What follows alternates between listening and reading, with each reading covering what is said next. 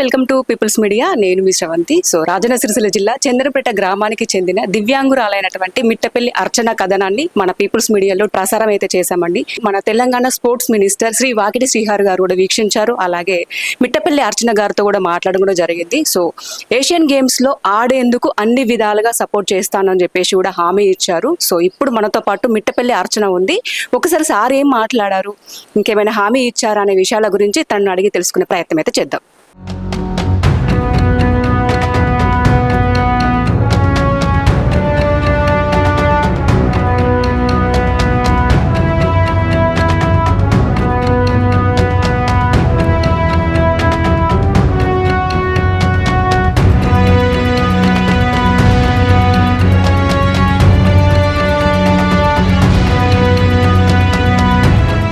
అర్చన గారు మనతో పాటు ఉన్నారు. ఒక్కసారి మినిస్టర్ గారు ఏమన్నారు అనే విషయం గురించి తనని అడిగి తెలుసుకుందాం. నమస్తే అర్చన గారు. నమస్తే మేడం. బాగున్నాను. సో సార్ ఏమన్నారు? మీరు సార్ని కూడా కలిసారు, మాట్లాడారు, ఏమైనా హామీ ఇచ్చారా? ఇచ్చారు మేడం.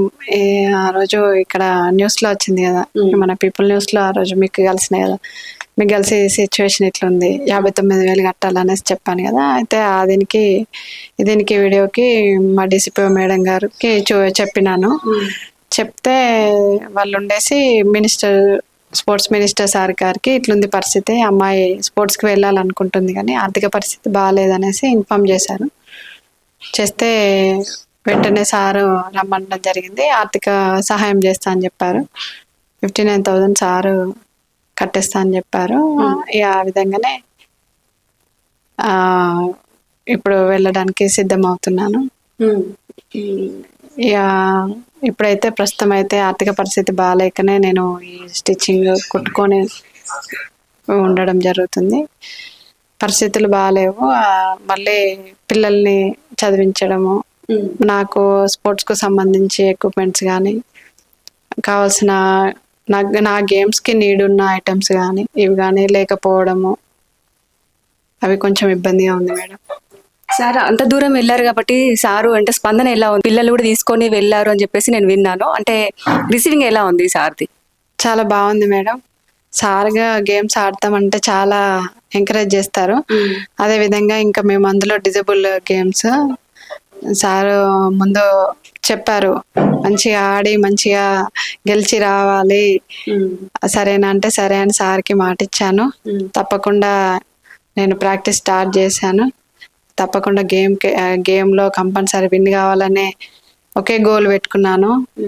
అక్కడ విన్ అయ్యి ఇండియా పేరు తప్పకుండా తీసుకొస్తాను నేను, అదే మాట ఇచ్చాను సార్కి. సార్ కూడా మంచిగా ప్రాక్టీస్ చేసి ఆడమని చెప్పారు. ఇక్కడ డిసిపో మేడం గారు చేశారు, తీసుకెళ్లారు, నాకు అక్కడ వరకు తీసుకెళ్లారు.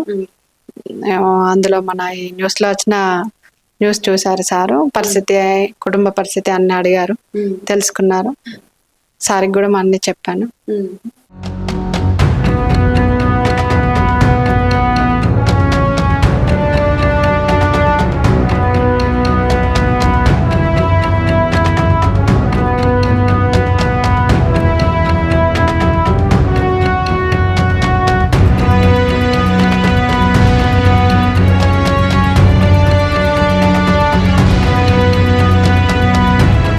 సరే, thank you very much people news వాళ్ళకి. ఎందుకంటే పరిస్థితి ఇలా ఉంది అని ఒక్కసారి శ్రావంతి మేడంకి ఇట్లా ఉంది, ఎవరైనా ఆర్థిక సహాయం చేస్తారనేసి అనగానే మా మీడియా ద్వారా నేను తెలియజేస్తాను ముందుకు వచ్చారు.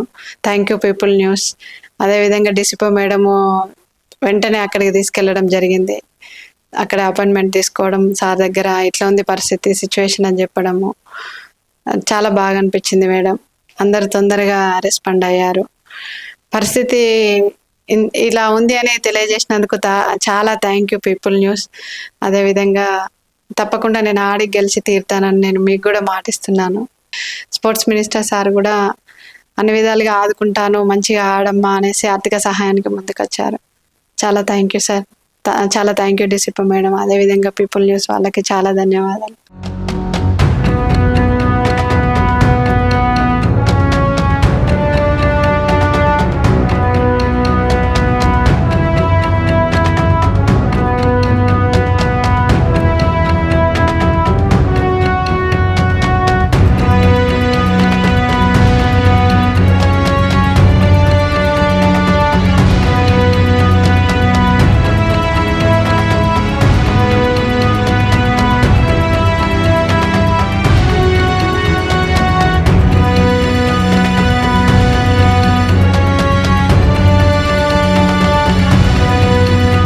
మీడియాలో వచ్చిన కథనానికి స్పందించి ముందుకు వచ్చిన అనిత గారు, ఒక్కసారి తనతో కూడా మాట్లాడదాం. ఎందుకంటే విజయ అర్చన వల్ల కుటుంబ పరిస్థితి బాగోలేదు, కొద్ది మంది మాత్రమే ఇలా ముందుకు వస్తారు.